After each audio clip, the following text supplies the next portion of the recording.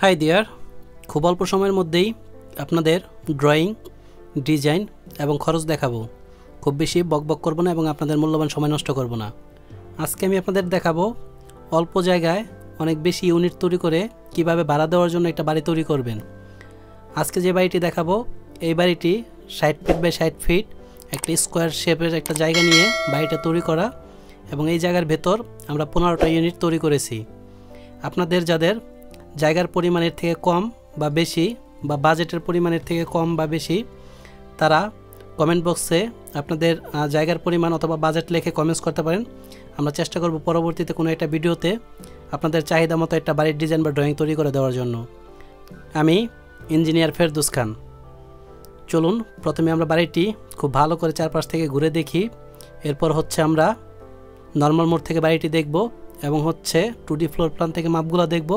এরপর খরচ সম্পর্কে দেখব। প্রথমেই আমরা অ্যানিমেশন ভিডিও থেকে খুব ভালো করে বাড়িটি দেখলাম। এখন চলুন আমরা নর্মাল মোড থেকে বাড়ির ভেতরে এবং বাইরে দেখি। এরপর আমরা খরচটা দেখব।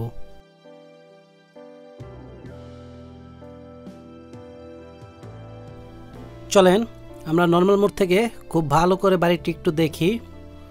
দেখুন, আমাদের টোটাল 3টা ধাপে বাড়িটা তৈরি করা হয়েছে। অর্থাৎ এই বাড়িটি আমাদের এইদিকে 60 ফিট জায়গা নিয়ে তৈরি করা, এবং এইদিকে আমাদের 60 ফিট জায়গা নিয়ে তৈরি করা। টোটাল একটা স্কোয়ার ফিট জায়গার মধ্যে আমরা এইভাবে বাড়িটা তৈরি করেছি, এবং দুই পাশে দুটা গলি রেখেছি। এই গলির শেষ মাথায় দুইটা আমরা পানির ট্যাঙ্ক বসাবো উপরে। জাস্ট আলাদা আমরা একটা ছাদ তৈরি করে তারপর ট্যাঙ্ক বসাবো পানির দুইটা। দেখুন, এটা আমাদের চারপাশের অবস্থা। আমরা একটু ছাদ খুলে ভেতরে যাব। ছাদ বলতে টিনের চালা। দেখুন, আমরা টিনের চালাটা এখানে বসিয়েছি খুব সুন্দরভাবে। সো চলুন আমরা যে কোনো একটা চালা উঠাই এবং হাইট করে তারপরে ভেতরটা দেখি। আমি যদি একটু হাইট করে নিই, দেখুন এটা আমরা ভেতরে চলে আসছি। তিনোটা কাঠামোর ডিজাইন প্রায় একই রকম, অলমোস্ট সেম। টোটাল আমরা 5টা ইউনিট পেয়েছি। আমরা এই দিক থেকে একটু দেখি। দেখুন, দরজা দিয়ে যদি প্রবেশ করি তাহলে প্রথমে আমরা একটা বেডরুম পাবো। বেডরুমের সাথে একটা অ্যাটাচ টয়লেট পাবো, এবং এদিকে আমরা একটা কিচেন পাবো। প্রত্যেকটা রুমের সাথে একটা টয়লেট, একটা কিচেন করে আমরা নিয়েছি। দেখুন, একটা বেডরুম, একটা কিচেন, একটা টয়লেট, এবং এইদিকে একটা বেডরুম, একটা টয়লেট, একটা কিচেন। দেখুন, এখানে মূল কথা প্রতিটা ভবনে আমরা 5টা করে ইউনিট পেয়েছি। একটু দেখুন, 1 2 3 4 5, টোটাল প্রতিটা ভবনে আমরা 5টা করে ইউনিট পেয়েছি, এবং প্রত্যেকটা রুমের সাথে একটা টয়লেট, একটা কিচেন করে রাখা হয়েছে, এবং দুই গলিতে দুইটা পানির ট্যাঙ্ক রাখা হয়েছে, এবং টোটাল আমাদের 3টা ধাপ, অর্থাৎ 15টা আমরা। এটা আমি একটু হাইট করে দেখাই। দেখুন, এটা তো আমরা 5টা ইউনিট পেয়েছি, সব কিছুই সেম আছে। দেখুন, এটা যদি আমি একটু হাইট করে নিই, এটা এই দিক থেকে দরজা। দেখুন, টোটাল 5টা করে আমাদের 3 5 15টা ইউনিট রয়েছে। এগুলো আমি বেডরুম বসাইনি, শুধুমাত্র একটাতে বেডরুম বসাই আমি দেখাইছি। এবং এই পাশের গলি এবং এই পাশের গলি, এই দুটার মাপ আমি দেখাবো, এবং রুমগুলোর এরিয়া বা সাইজ আমি দেখাবো। চলুন আমরা 2D ফ্লোর প্ল্যানে যাই, এবং 2D ফ্লোর প্ল্যান থেকে আমরা কোন দিকে কত ফিট জায়গা এবং রুমের সাইজটা কেমন, সব কিছু আমরা একটু বিস্তারিত দেখি। দেখুন, এটা আমাদের 2D ফ্লোর প্ল্যান। আমরা এইদিকে 60 ফিট জায়গা নিয়ে তৈরি করেছি। একটু জুম করে দেখাই। দেখুন, এইদিকে 60 ফিট, এবং এইদিকেও সেম 60 ফিট জায়গা নিয়ে তৈরি করা। অর্থাৎ টোটালটা আমাদের 60 ফিট বাই 60 ফিট জায়গা নিয়ে তৈরি করা।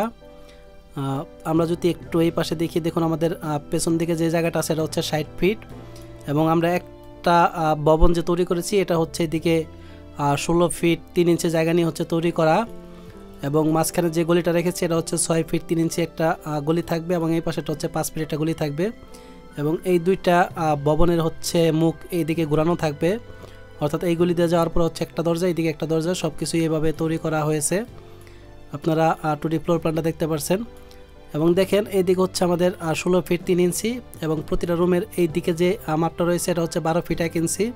এটা ওয়ালের শেষ প্রান্ত থেকে শুরু করা, এবং এরপরে যেগুলো রয়েছে ওয়ালের মিডল থেকে মাপগুলো নেওয়া। এটা 11 ফিট 11 ইঞ্চি, এরপরে এটা 11 ফিট 11 ইঞ্চি।